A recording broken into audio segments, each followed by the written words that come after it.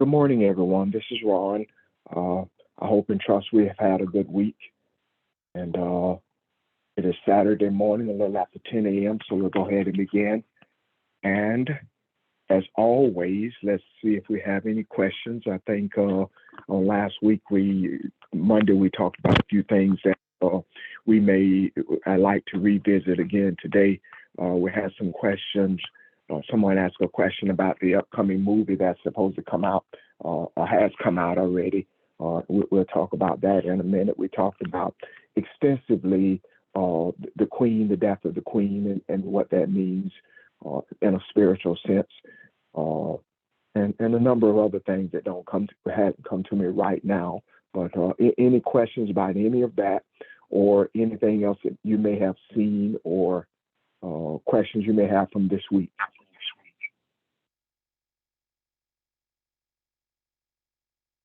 Anybody? I do have one observation I thought was very interesting. I was been keeping up with the earthquakes, and I remember when it got to 70, I saw an article on it, and I didn't pay a lot of attention to it because there was nothing new. But I was getting ready for work yesterday, and the news person was saying that the count is near 80, and I was not aware of that. She didn't say it was 80, nor did she give a uh, the count, an exact number, but she said it was nearing 80. And I thought that was interesting because they had a bunch of scientists on there, a couple of scientists, rather, not a bunch, but had a couple of scientists there that had been in the area studying it.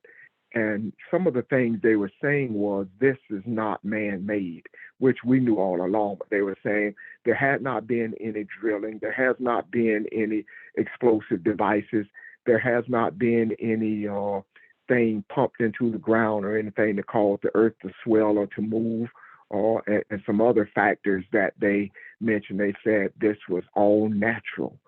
And one guy even said, it is the earth releasing stress, which I thought was a very interesting thing for him to say.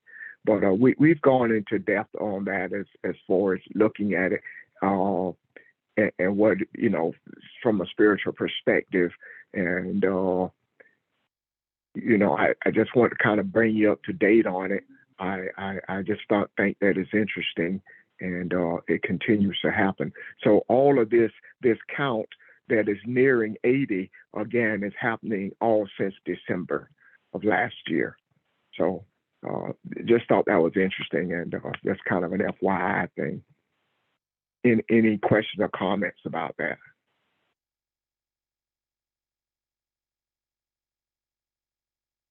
Okay. Okay. Um,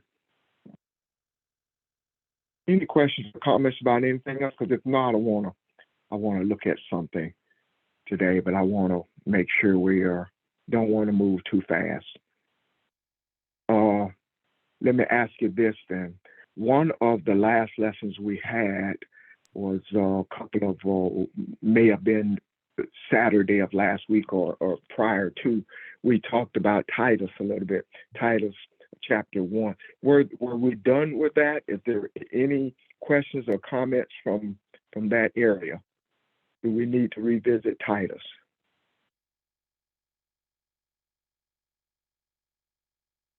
Okay. Okay. Well, if that is the case, then I'm going to move on to something else that I think is interesting. I hope it's worthy of a discussion. Uh, I want a while back, when we looked at the 10 lepers that came to Jesus to be healed, and one of them turns back to him at the other ones go to seek the priest. They return to religion, and the one which we looked at represents a tenth of those, and we talked about that. We talked about what the leprosy was, the numbness of it, the not being able to feel the rhythm with the universe and the word, and we talked about that from a spiritual perspective. Uh, and I remember I think Audrey and Miss Barbara went into it from a medical perspective, what that looks like.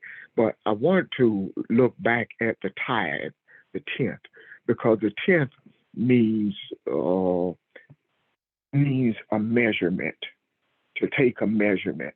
The tenth. Let me get back and look at this a minute.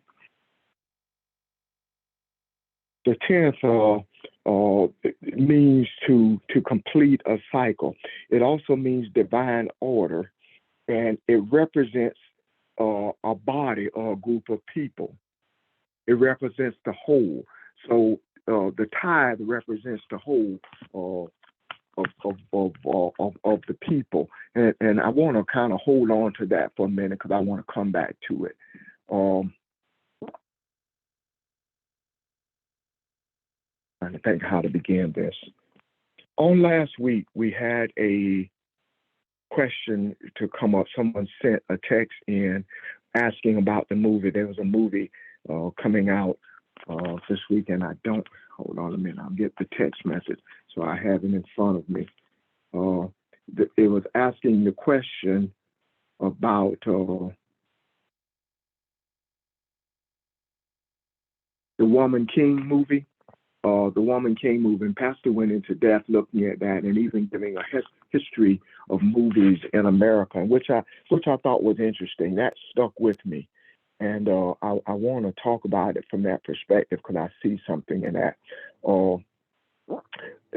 I want to read something to you, and because we talked about this, these are something else, and it seems like I'm jumping around. Hope I can tie all this stuff together. Okay. Uh, I'm looking at Luke chapter 15, verse 17. Luke 15 and 17. And there's just one part of this I want to talk about to make my point. It's the story of the prodigal son, which Pastor explained on Monday. But the first part of that verse says, verse 17, but when he came to his senses, when he came to his senses, and I think King James says, but when he came to himself. What did he see when he came to himself? He the first thing that he sees when he comes to himself is his father. Without taking one step, without moving one degree, his physical body, he returns to his beginning. He sees his situation and he turns to his beginning. This is an awakening. This is an increase in consciousness. Because where he was before, on a practical place, he was in that same physical location, but he could not see. His level of consciousness was not elevated. He was in no place of appreciation. The things you value, the things that you believe in, is what shapes your consciousness. So here he is now. This thing, those same things that he saw before, now have a different type of value to him. So his return to beginning does not start with a physical step. It starts with him internally seeing what he did not or could not see before. So it appears that the journey that he takes that ends up in the pig pen was extremely necessary to get him to take that step in order for him to see his beginning. And that's what kind of stuck out to me. And here's how trying to tie that together. We've talked about before the Black Panther, and Pastor talked this week about this movie that is coming out, The African Queen. Could it be? Could it be that the Creator is inviting us to return to our beginning without including religion at all? This has nothing to do with the European. This has nothing to do with the church. This has everything to do with recognizing who you are. The problem with the African American is most of us do not recognize that our history doesn't begin in slavery. When you start talking Black history, the first thing we see in our hearts and minds are the shackles. So, can it be that this movie, these movies, these new movies have a totally different purpose to re-establish our values so we can know who we are and make this turn without including the things that have, without including any type of consideration for the things that have shackled us in the past? So when I look at this and see that if I say the pig pen, we did not, our journey has been. I'm using this to describe the people, the African American, as being on a journey that he did not belong in, being in a foreign land that he did not belong in, and being placed in a pig pen, trying to survive. And maybe, just maybe, the people on this phone represent the 10th. And that is why it is extremely important to see this as spiritual, because your understanding, if your understanding lead these movies to being something more than just entertainment. This is an invitation for the hunger to look at who you truly are. I was looking at when I was talking to George a while back, and one of the things I saw that day we were all in union. I saw the enthusiasm on his face when he talks about these things that he studies. And all the kings and queens of Africa and all the tribes, and I'm thinking, wow, there's something to this. And it made me turn and take a look at it. And most of them I cannot pronounce some of the names, but to look at the Queen of Sheba and where she descended from and who her people were and who came after her. The Queen of Madagascar. I'm trying to keep from pronouncing her name, y'all, who was one of the first queen, who was a warrior queen, who was very defiant against the European colonism, and she fought them back. We know Shaka Zulu for being such a warrior king, but he was also quite a diplomat. And how he, so what I'm trying to say is maybe the Black Panther and what we see coming, these new movies are made from a different place. They're made from a refreshing of what is needed in the land, and maybe this is an opportunity for us to return to beginning without recognizing anything at all about religion and how this plays out. I hope this is making sense. But talk to me, because I see this as an opportunity to raise the consciousness of the African American. Does this make sense at all? Makes sense to me. Good morning, everyone. Ron, a question to the group. You were talking about the 10 people that Jesus had cleansed, and what I want to know is the one that came back. Did he come back on his own, or was he told by the other 9 to go back? And I just remember this story from hearing my grandfather in the barber shop. They made it sound funny, yet it was kind of harmless or innocuous with it. And I just remember one of those gentlemen saying he was told to come back. Or is that accurate or is that inaccurate? One that came back, was he told to come back or did he come back on his own? George, the scripture does not bear that he was told to come back. He came back, and I'm trying to find it because I kind of got some bookmarks here, but I'm finding everything but that. If anybody can help me with that, I'll read it too. I don't recall seeing where he was told to come back. It simply says that, and one turned and went back. Okay. It's Luke 17. Let me find it right quick.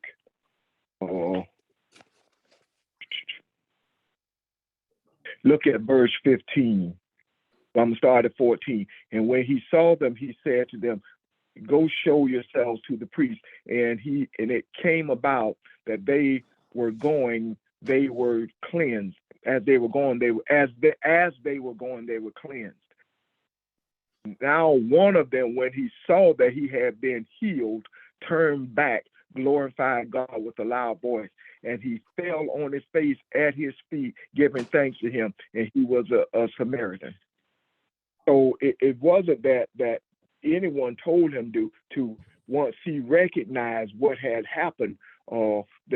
Again, I think that is a something that I missed anyway, and I'm seeing the turn is something different. I'm seeing the turning in these instances as an opportunity to return to your beginning, return to the place you were before these things happened to you.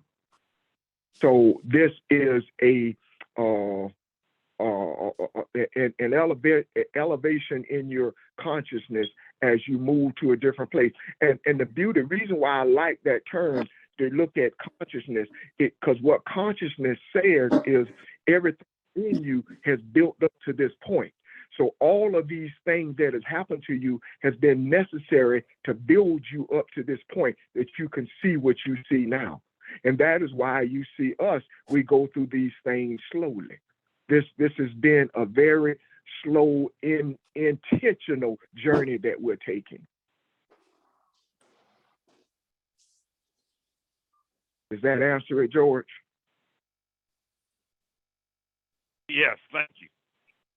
Yes, sir. But the big thing I wanted to get out of that is, as we gain understanding and understand that you are a part of that measurement, you are a part of the measurement that brings not only pulling the wisdom from the universe, but you bring the understanding into the earth. So as these things happen, and I know that sounds far-fetched to say, how can a movie bring that type of enlightenment? It is an awakening. I see those as being the same thing, be awakened to increase your consciousness. Yes, sir. I don't think it's far-fetched at all. I think it's far-fetched if you're blind. I think it's far-fetched if you are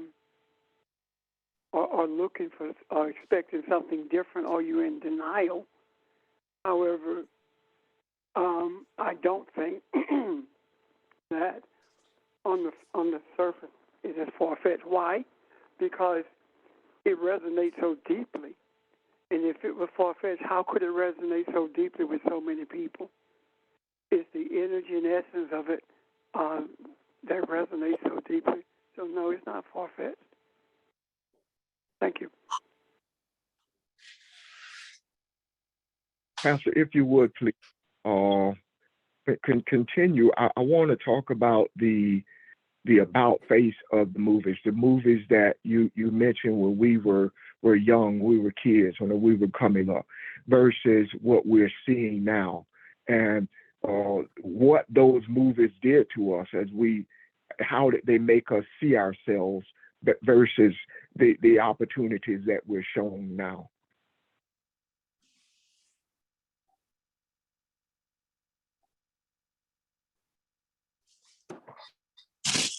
Pastor.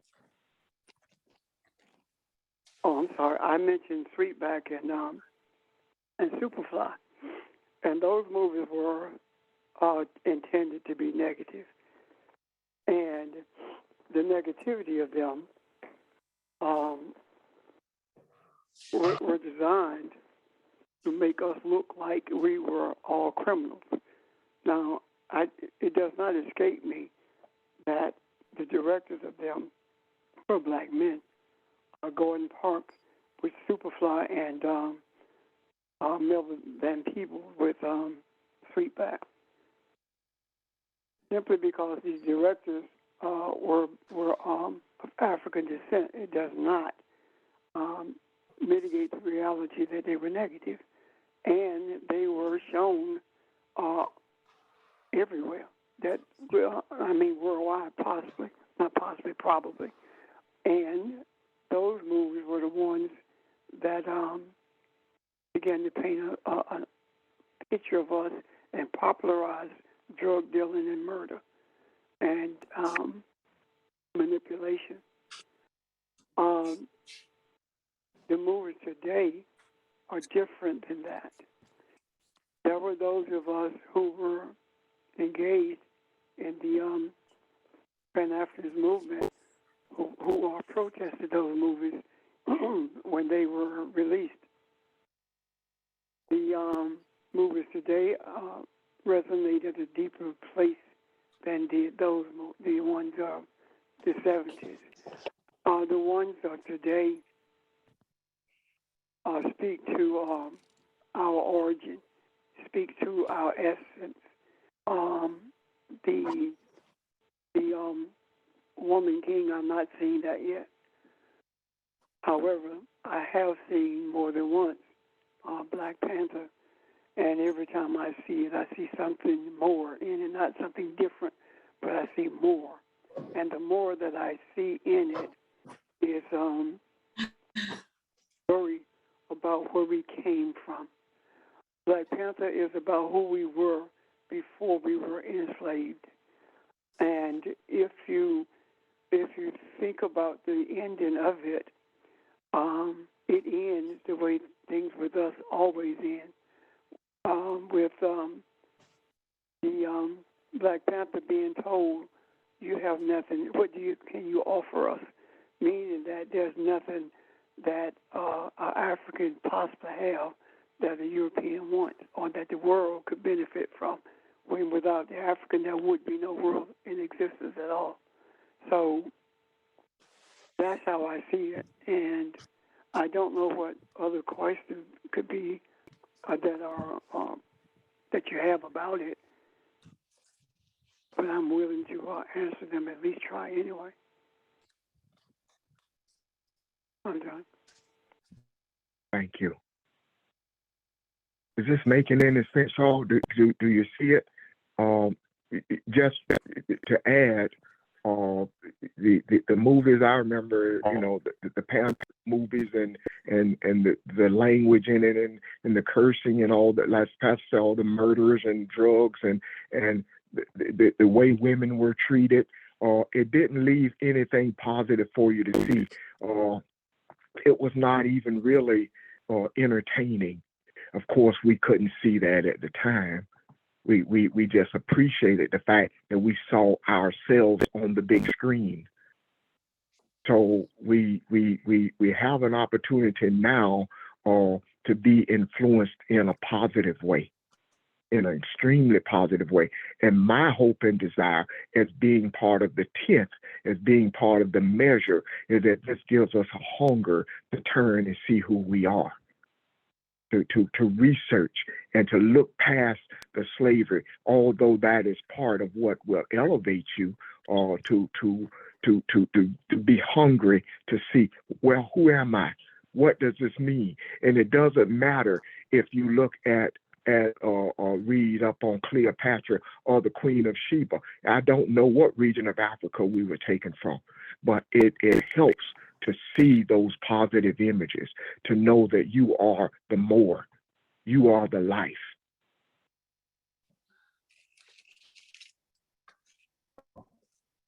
Yeah, good morning, Ron. Yes, sir. Yeah. I just wanted to, elaborate on what you were speaking in reference to being able to appreciate the signs, in terms of movies. And as you speak about that, there was a series that was called Hidden Colors. And I think one of the things that was profound in watching that, it showed a scene of Richard Pryor with some anthropologists. And basically they went into a tomb, and the scene showed how, Richard Pryor was basically observing all of the symbols in terms of just his visual sense, his spatial sense, and how he was just spiritually just gravitated to what he was seeing in terms of the hieroglyphics. And I think it was so profound because it was an image that really was positive, that they did not want to acknowledge in terms of Richard Pryor connecting to his ancestors. And I thought, again, that it was just very profound in terms of how our senses, in terms of our intuition, receives and gives. And so when you talk about, a picture is 1,000 words, but a symbol is 1,000 pictures, I think that we're, again, just still continuing to spiritually elevate, and us being able to realize how visual senses communicate with us. And so I just wanted to share those thoughts, because it's the same thing like in music. I mean, you think about Earth, Wind, and Fire, you think about, the Mothership Connection, in terms of just how, again, powerful we are, when we're able to appreciate, not looking at it from the Western society's thought, but being able to really tap into our spiritual essence. So I just wanted to share those thoughts in reference to, again, our senses, our intuition, and how, again, intelligent, how spiritually we are. So I just wanted to share those thoughts when you were just talking about, again, symbols and signs in movies. I'm done. Thank you, George. That fits extremely well. That's what I'm saying. If we are the 10th, if we are the measurement of the African, then what? And I'm not saying to shade anything. My desire is that this opens up the universe to us, that we are able to see. It reminded me when I was looking at this. I think it was Jacob that says God is in this place, and I didn't even know it. So it's funny that God has taken us away from religion. He's taken us away from the politics. And I was even reminded of them trying to take us out of the history books in school and not teach anything about the African or African American or anything about who we are, so we can forget. And God is using something entirely different, something that nobody even paid attention to. So what that tells me is this can't be stopped. You keep on doing what you do. You keep on recognizing who you are and what you are. And again, if you are the measurement, if you are the 10th, what is it that you want?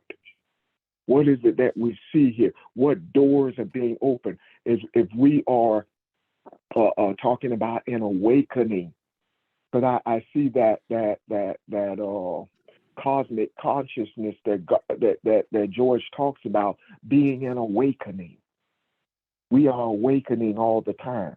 And the journey that the prodigal son had to take was extremely necessary. Slavery was extremely necessary. All those kings and queens in Africa were extremely necessary.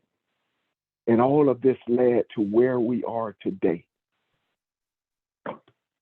Ron, this is Evelyn. Hey. Can I say something? Of course. When I was little, we struggled a lot. We had food to eat and everything, but there was a lot of things that was going on when I was young and me and my family. And I always ask, why would God let these things happen to me? The God that was taught in the church that they preached about and everything.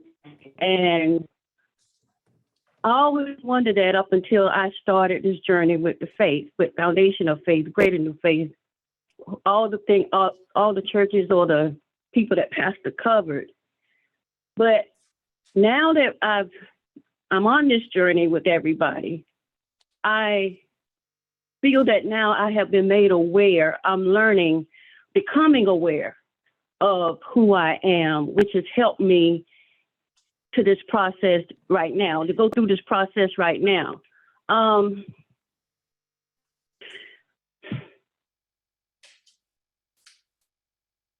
don't know how to form what I want to say. I do feel like the ancestors are ushering in, or just everything has been there before. It's just that we weren't tapped into it. And I know I'm not the only one that feel this way, because I know we all had that hunger. We always said, there's more to this life than what I'm dealing with now. Why am I going through this? Where's this God, this big God in the sky? Where is it? Where is he that we were taught? Where is he? Why am I going through this? And I said that to say this. Sometimes I still have those thoughts, and I know that I am God. I am the one that created or creating my life, so to speak, my reality. But I can't say what I see, what I want to say, but I just can't say it. I can't put it in words. But I'll just leave it right there.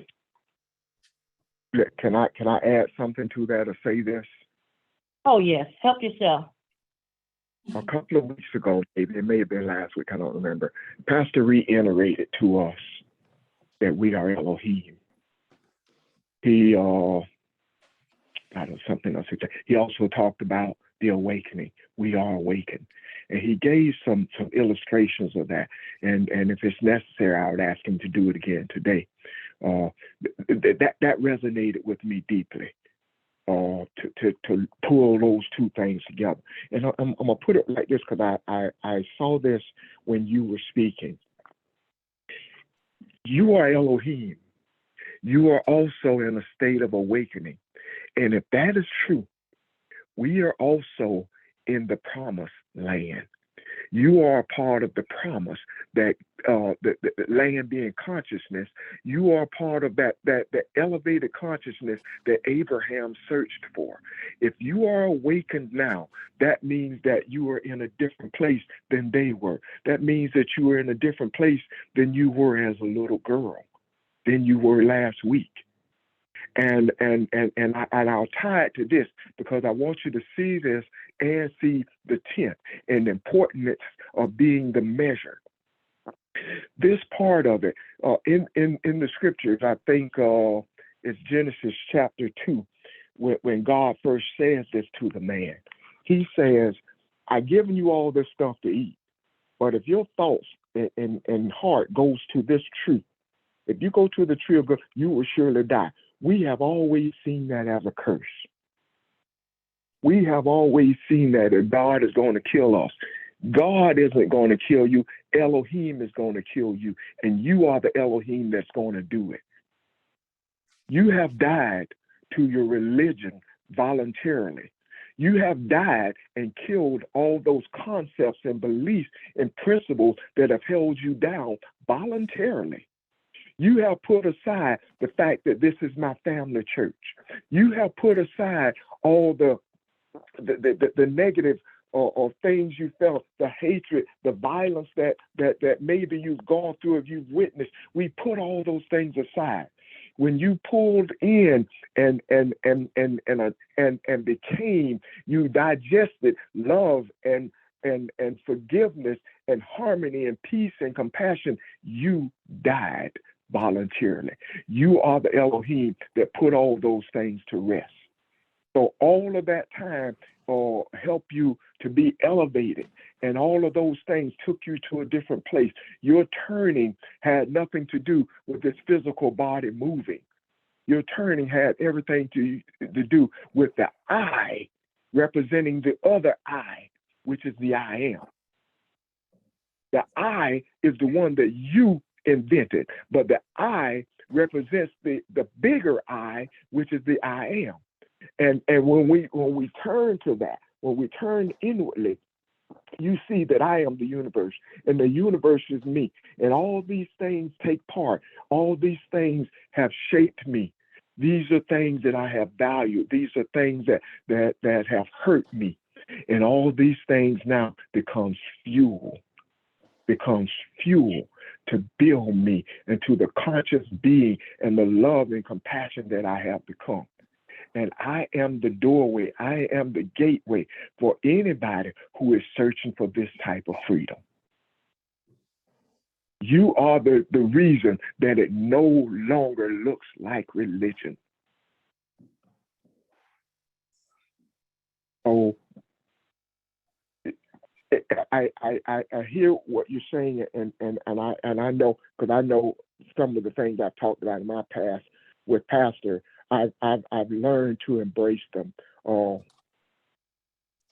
and I see them now from a different perspective.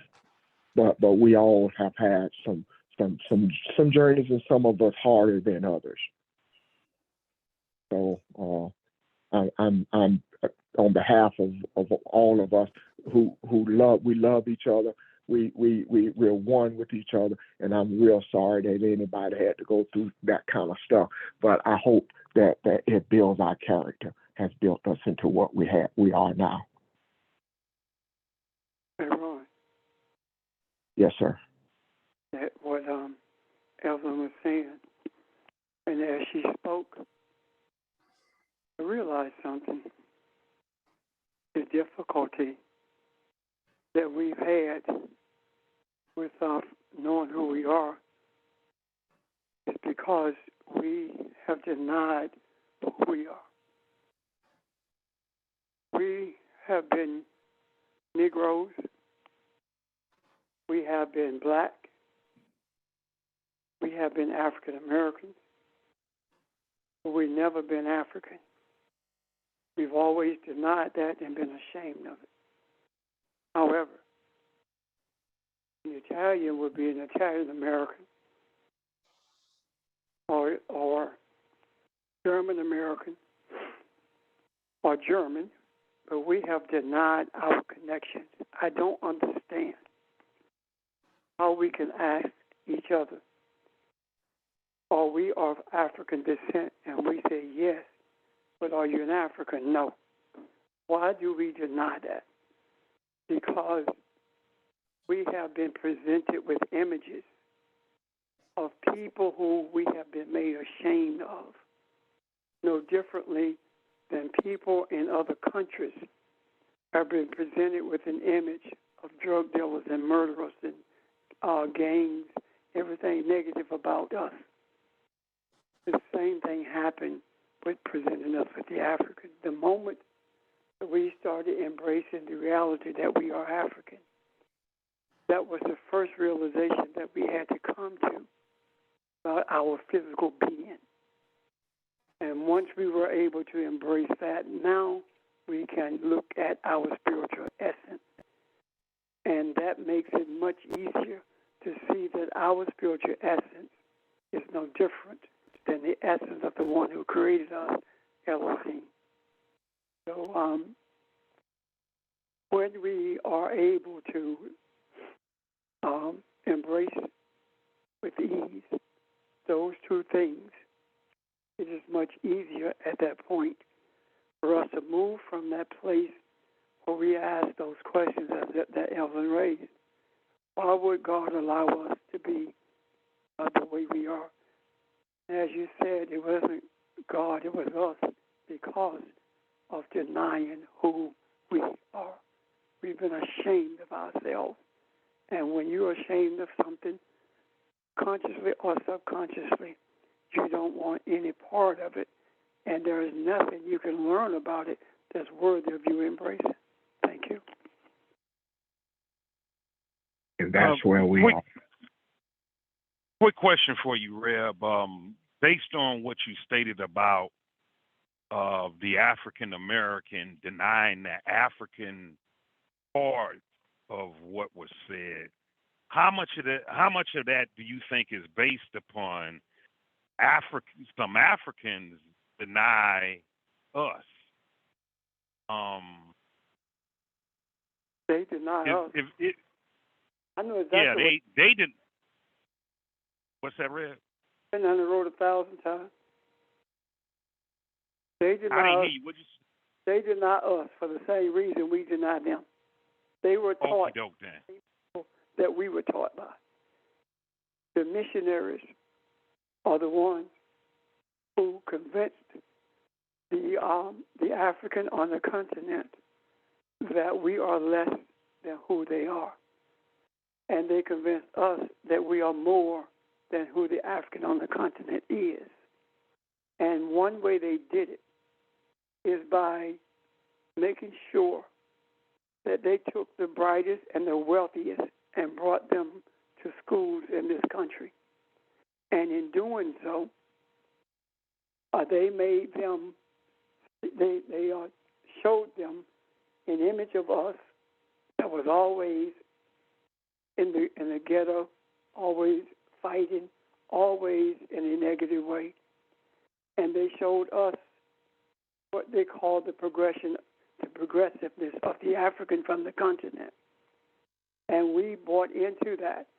And they did the same thing they did when they partitioned India and Pakistan.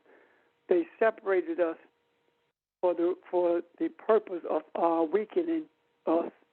And the more we are weakened, the less we think of ourselves. And the less that we think of ourselves, the more we try to be like them. And every African who came in this country under the direction of a missionary made every effort to be just like that missionary in terms of the essence of the Caucasian. And we made every effort to do the same thing, not realizing that that's not who we were created to be. And the only thing that could possibly make us feel like them would be the amount of money that we have or the amount of material possessions that we have. And when we receive them, what happens? We get an attitude that leads us to believe that we are better than, quote unquote, them or the others. And the first thing we do is run to a gated community, not realizing that the gated community was created to keep us out. And now we're scrambling to get into a place where we are not welcome. I'm done. George, did that answer your question? Yeah, very much so. Thank you, Red. You're welcome, sir. Anyone else? Do you see something in this? Does it make sense to you? I know this is a little different, but what do you see? Does it make sense? Does it not? I think it. Good morning, Ron. This is Janice. I think it makes a lot of sense. It's a very powerful discussion. I appreciate it. Thank you. Anyone else? And I want to make sure that there's clarity. Well, Ron, and to the rest of us, one of the things that I gather is that by way of religion wants you to be godly. Yet by way of spirituality,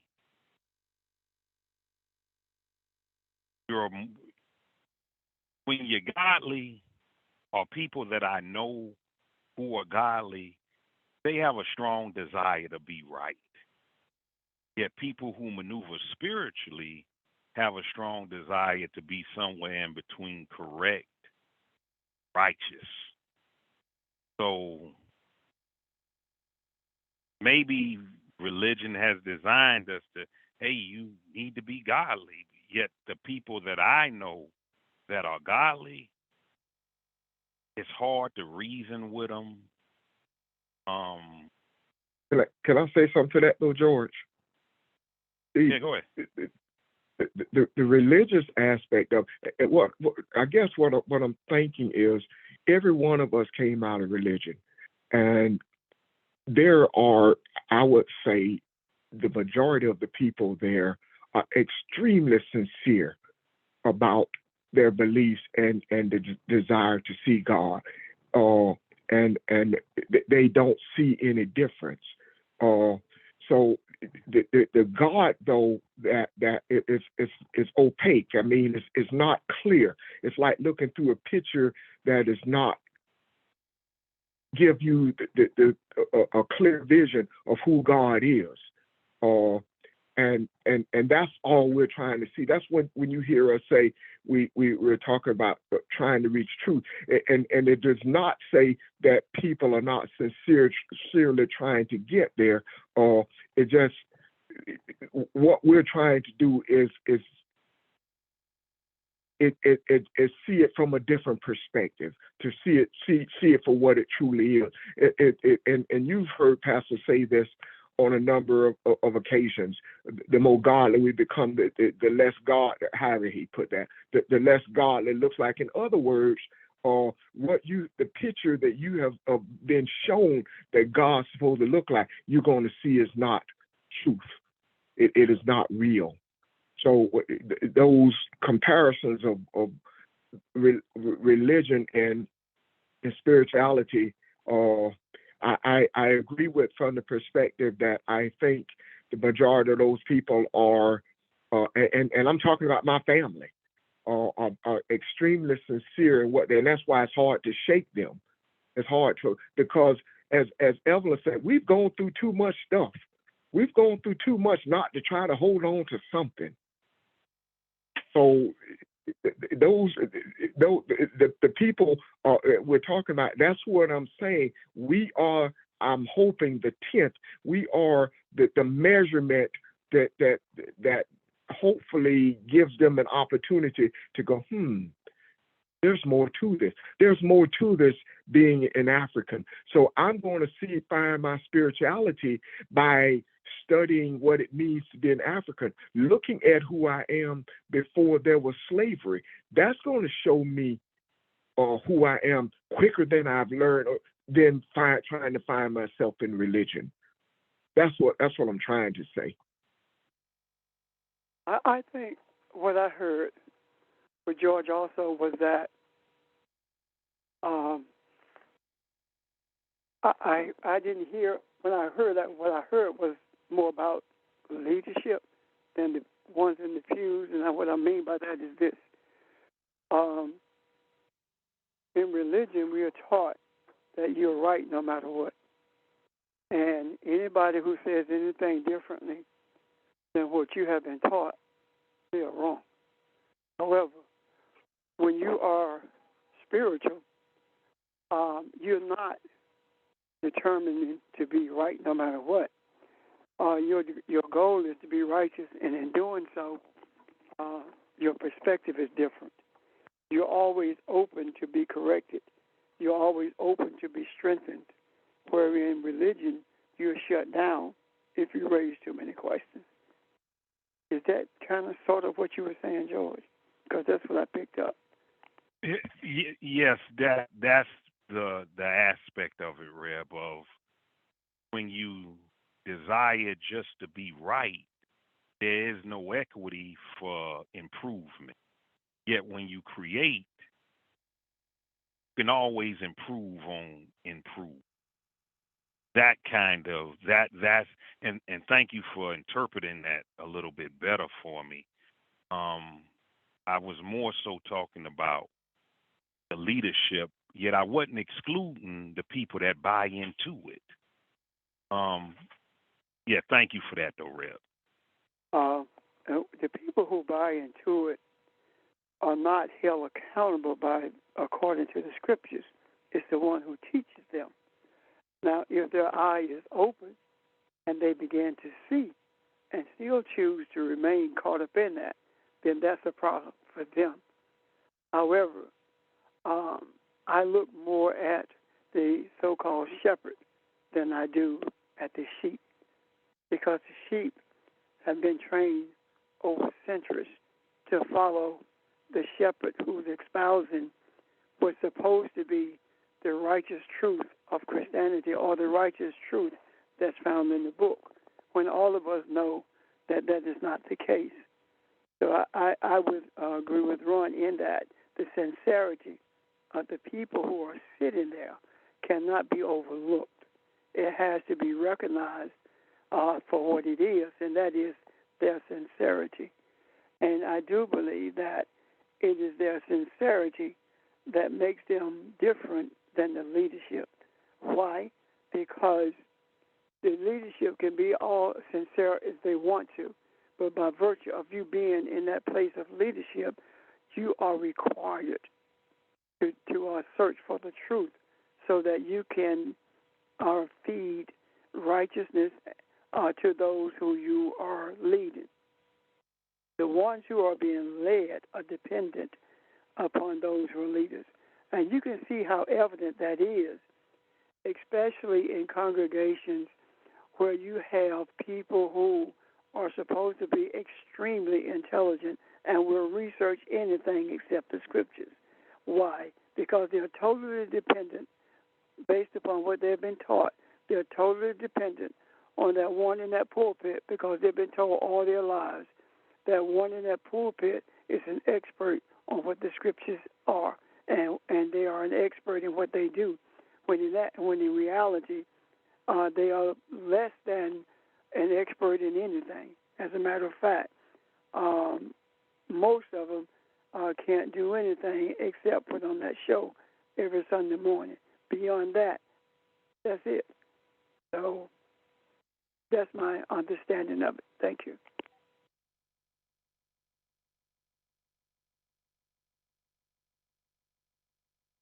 Thank you. George, you good, man? Yeah, appreciate you. Sure. Anyone else, questions and or comments?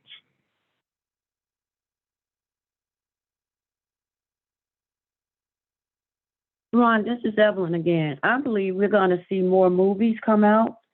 The more that we chip at what we're learning or becoming more aware of what we're learning or learning who we are, I think more of those movies will be coming out from the, just coming out.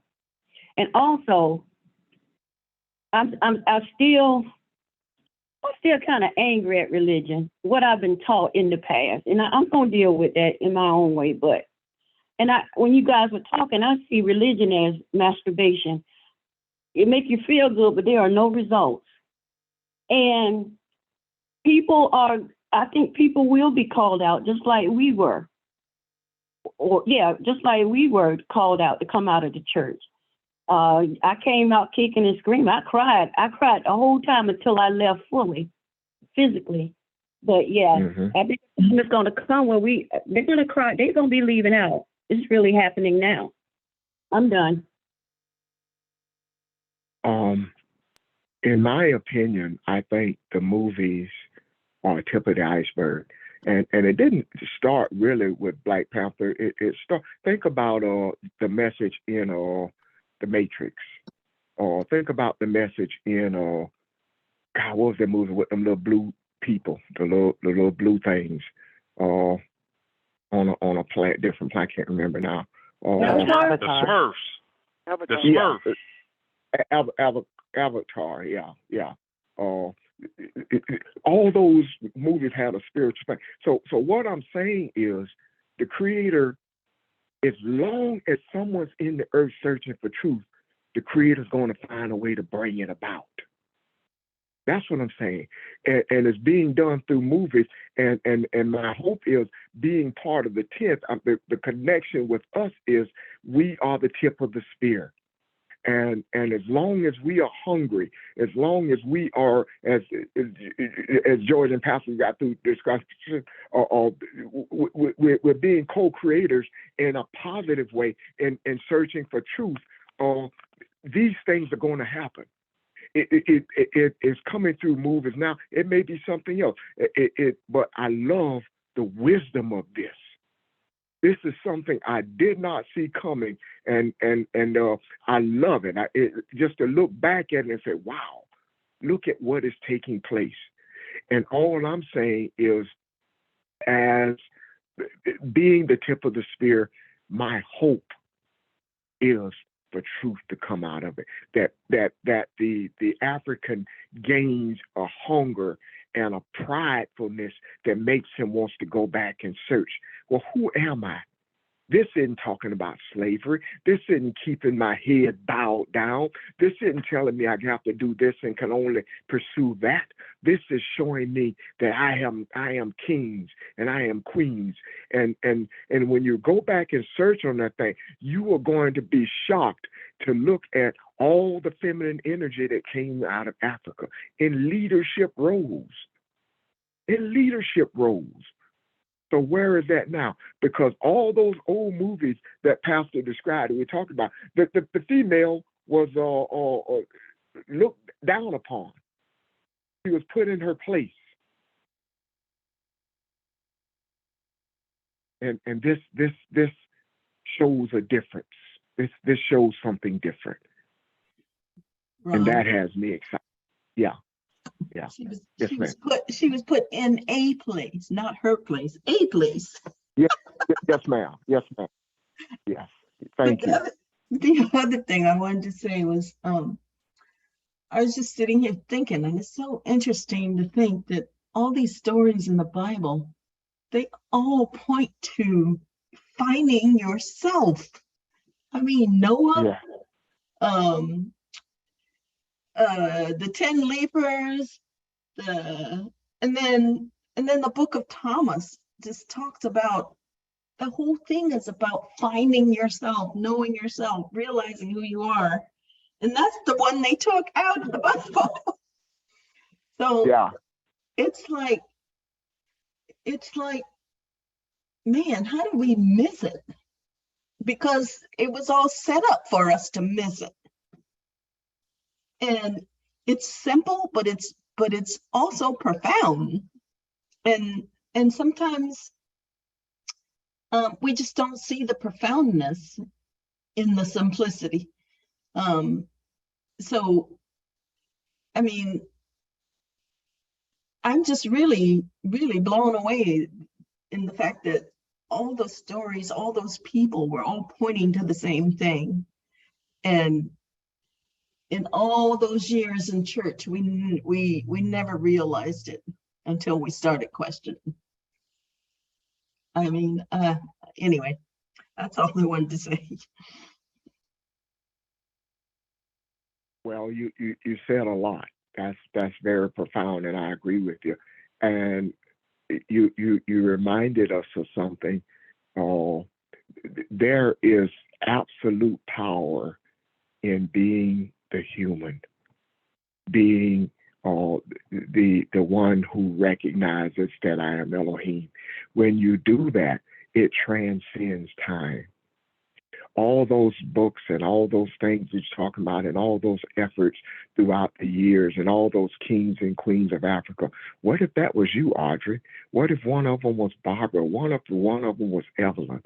What if one of them was Charles or James Richard or George Watson or George Clark? What if we've all been here before? And now the opportunity has come that we're all here together. We've our hunger and our thirst and our desires for righteousness to put us all in this place of consciousness at the same time. And you become what is promised. You become the word of the Creator. So if that is true, the obligation is beautiful. You are the balance. Our recognizing who we are is the balance of everything that was and will be. So all the turmoil, all the deaths, all the brutality, all those foul things that we've talked about and witnessed, and we bring it all to balance. We bring it all together now. We see it all, and all of it is part of what is shaping us It's given us our value and helping us to see the power of forgiveness. So I agree with you. The missing it though, I have to say, this makes it worthwhile if we can see that time does not exist when we talk about these things. Nothing is being missed. It is all being repeated right now. Yes, sir. I think when we talk about us being the promise, what is the promise? When it talks about the land promise, what is that? When you talk about Joshua and Caleb coming back saying, we can take this land, what are they talking about? They're not talking about grapes. What are they talking about?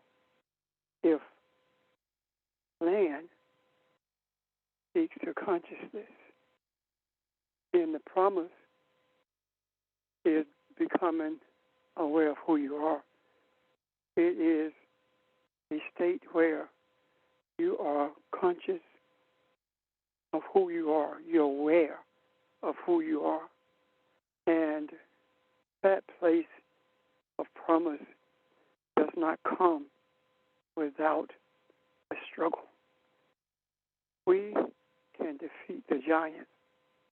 The giants are not people.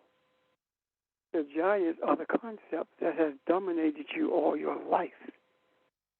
They are so prevalent to you. They are so ingrained in us until it appears as though we will never be able to uproot them because they are so strong.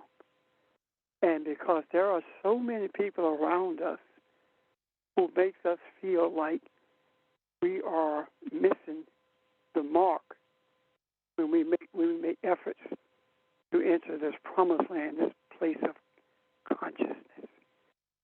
We are told that you can't do this because if you do, you're going to hell, which is a scare tactic to keep us from becoming or desiring to become aware of who we are. So when we talk about the promised land, we are talking about a consciousness that makes us aware beyond anything that could possibly stop us.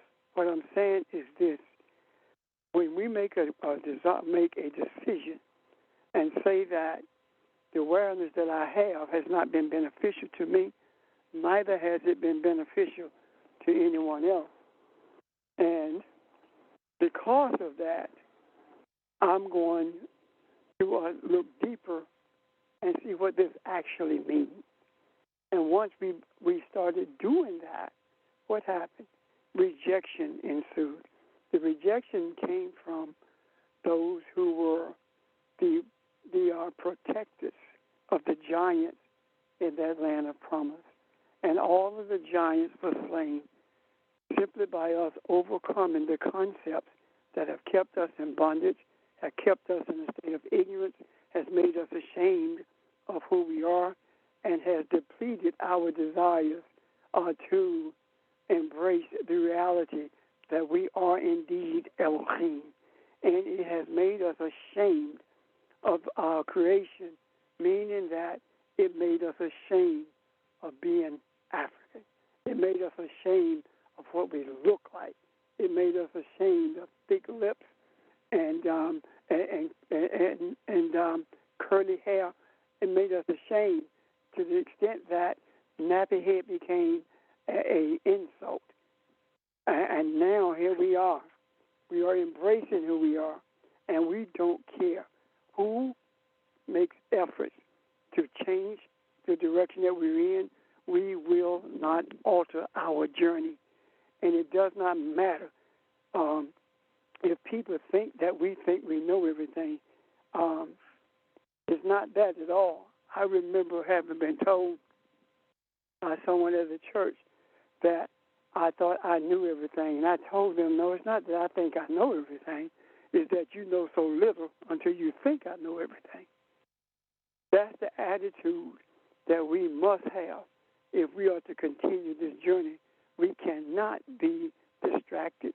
Neither can we allow ourselves to be sugar-coated. We must say what we see and do what we see. Meaning that I say what I see my Father do, and that's the concept that we have to live by in order for us to bring enduring change to the earth realm, so that the consciousness of mankind will become the consciousness of humanity, the human. Thank you. Thank you, Pastor. Thank you. Now you see why we are so fascinated with consciousness.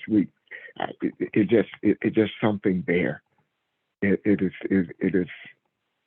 showing us something, who we are, where we are.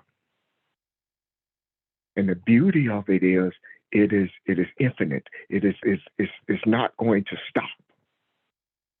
The elevation is not going to stop as long as you seek it.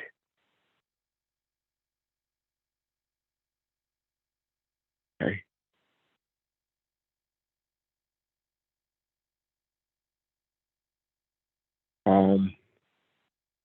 I don't want to keep you on the phone just to keep you. I mean, if there are no more questions or thoughts, I just hope this. Yes, sir. As long as we embrace time, we'll be waiting for change.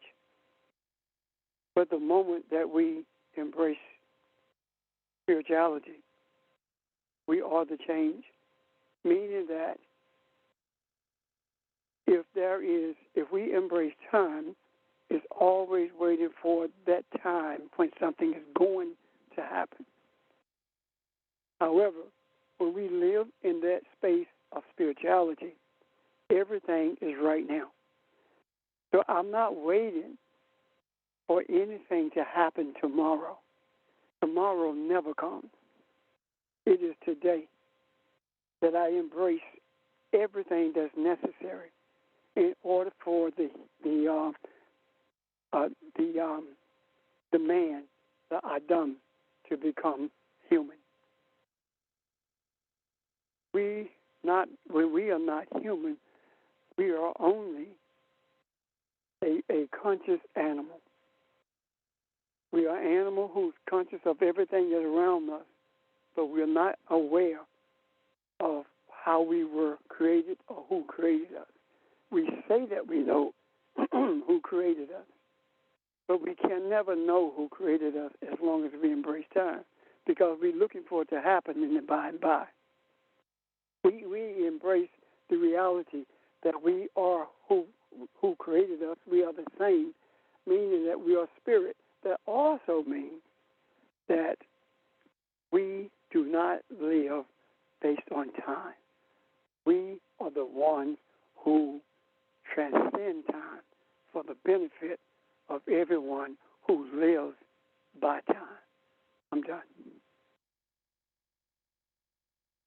Pastor, I need clarity on conscious animal. Can you elaborate more on that, please? Our bodies, we know that we are animals. We are a part of the animal kingdom. That's it. And if we don't believe that we are Elohim, if we don't believe that we are spiritual beings, then that's all we can be, animals.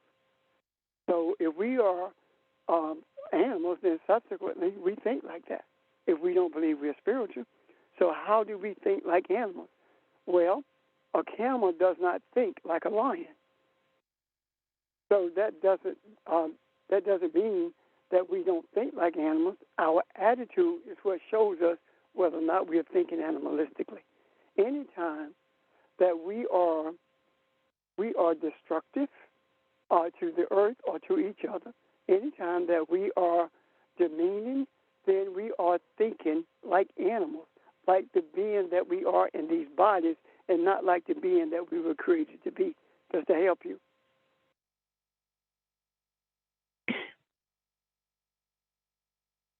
Yes. I'm kind of getting it. Listen to this. Does a cat think like a dog? I don't think it does. No. They don't function the same. Right. Talk about an animal. We say, well, we don't act like a dog. We don't act like a cat. But it doesn't mean you're not an animal. By virtue of our shell, this body is what puts us in the animal kingdom. Our thoughts is what separates us from the animal kingdom. Our thoughts. Okay. You got it? Yeah, but go ahead and finish. I'm sorry. Our thoughts is what separate us from the animal kingdom. And if our thoughts or only the strong survive, might makes right, if our thoughts are always about dominating somebody to get our way and to get anything we want at any cost, if it's our thought always seeing people as the other, then we are thinking like an animal and not like God. We are not thinking like the human that we were created to be. When we think like humans, what happens? When we think like humans, we see the earth as being necessary for the continuation of our body structures. And we don't see it as something that we are to exploit, something that we are to take advantage of. And we don't see each other as people who we are to manipulate and use for our benefit. We see other people as being no different than we are, and it is our obligation to make sure that we take care of each other, that we live in a quote-unquote socialistic society, a society where everyone has enough to eat, a place to live, has access to health care, has access to everything that's necessary for you to live a life of dignity. Does that make sense? It does. So the Caucasian concept is, and we all have it at times, is that not the animalistic consciousness?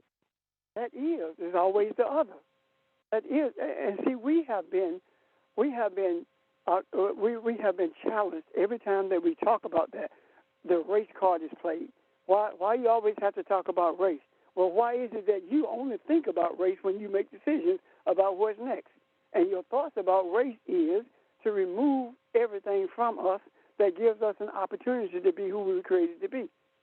When you saw that we were actually thriving, and you were doing nothing to help us thrive, you burned down everything we had and killed those who were leading us to this place of thriving.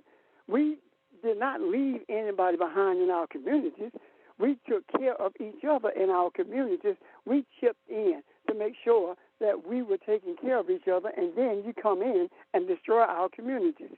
So who is the animal? Who is the animal when you come in and you not only burn our houses, but you also shoot us down like dogs? You shoot kids in the back simply because you know you can get away with it. Who is the animal? The attitude, it is not the person as much as it is the concept, because there are people of African descent who has bought into the animalistic theories, and they do the same thing, i.e. Freddie Gray. There were just as many black policemen as there were white who killed him. So it is all about this concept of being an animal or being human. This is what I'm talking about. It's not about the color of your skin. It's about the way you think. It's about how you perceive yourself. Because if you don't perceive yourself in the right manner, you won't see others the right way either. If you see yourself having a right to do anything that you want to do without having to give an account for it, if you see yourself because of what I look like and because of what I know, I am supposed to lord that over you and take everything that you have and call it, well, and tell you, well, that's just business. That's how business works. No, that's how animals work. That makes sense. Yes, sir. It does. I see it every day. Any questions about that? I mean, you can't miss it. If you miss it, it's because you're blind.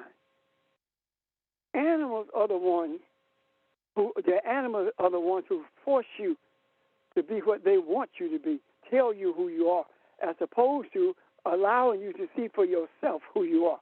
The whole reason for hiding history is so that you won't know who you are. And if you don't know who you are, and I push you in a corner, and I cause you to have to fight to survive, all of a sudden, your base nature comes to the top. And you begin to follow your base nature as opposed to following who you were created to be. Why do you do that? Because you have been shown that the only thing that's important is for your body to survive. And when you're shown that, and then everything that will cause or enhance the survival of your body is taken away from you or given to you in dribbles, now you have to fight for it. And you get to the point where your fighting for it becomes more vicious every single day. And while those who are taking it away from you are vicious also, they are vicious in a different way.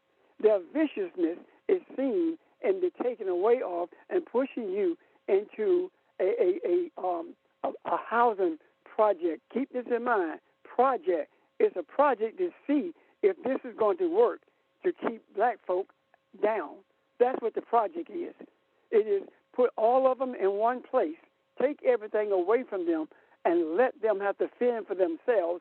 And you will. And when you do that, you give them no hope whatsoever. Who is the worst? The one who is trying to survive, or the one who pushed you into that corner and took everything away from you that you had to survive with? That's where we are. And the only thing that they gave us for survival was the church. And the only thing that really thrives is the church. And what I mean by that is this. It does not thrive in a way that is spiritual. It thrives in terms of being wealthy. It thrives in terms of being able to take care of itself. Every preacher wants to be a millionaire preacher. Every preacher wants to be able to live an extremely comfortable life, not caring what type of lives those who they're leading live.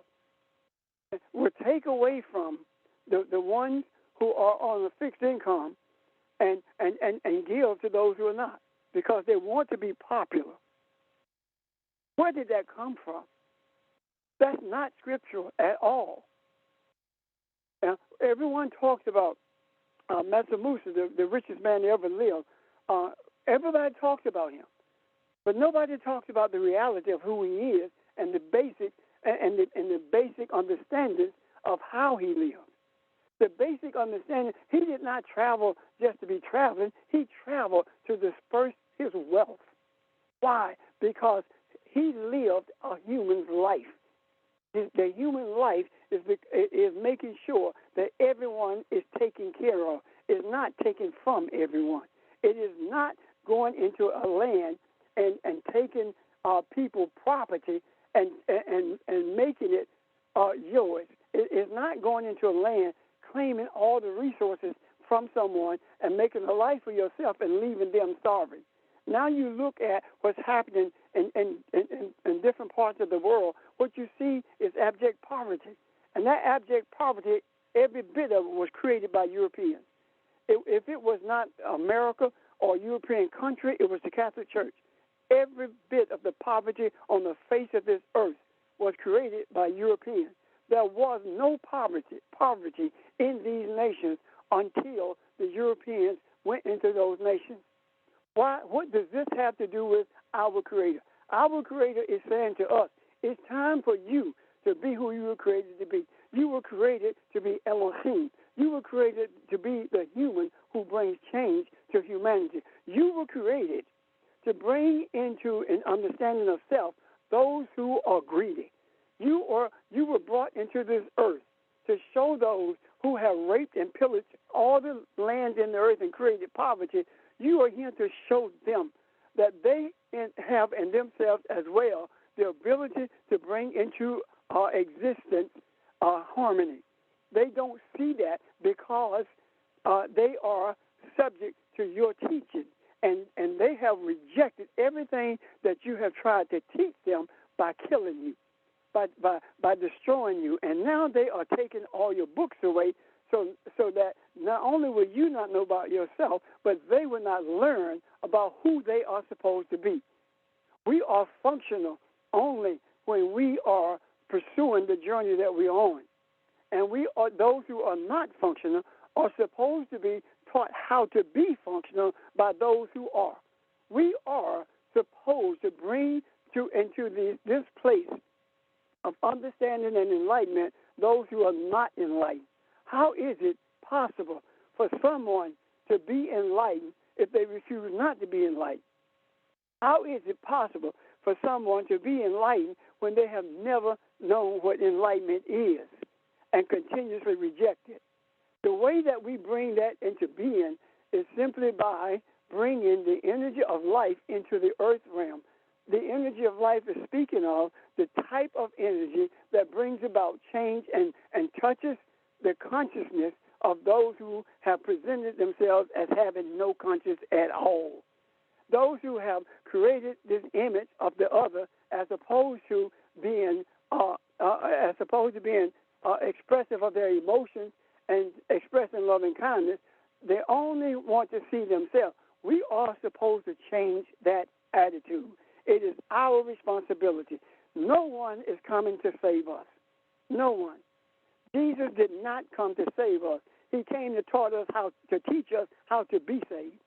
And the way he taught us to be saved is to understand the essence of our creation so we can help others do the same. We cannot be Elohim until we create something in our image and likeness. And that which needs to be created in our image and likeness is the conscience of those who are brutal, the consciousness of those who are greedy, the consciousness of those who have destroyed the essence of seek to destroy the essence of this earth, the consciousness of those who have created poverty.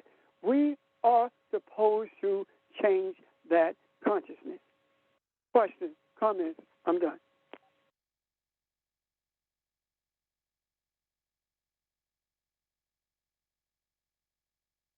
Anyone? Questions or comments?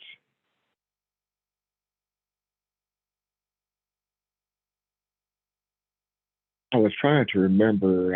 I thought I had this saved. This black man who had been a custodian, and he rose up and got his high school diploma, and went to college and got his degree, and I want to say he got a postgraduate degree, and his life story was made public and everything, and they named the school after him. They named this school after him. He's still living, and somebody got with me and wrote his story, and wrote a book about him, and they banned his book from the very school that's named after him, which is about as ridiculous as you can get. So, and that's the dysfunctional consciousness that we are to bring functionality to. Yeah.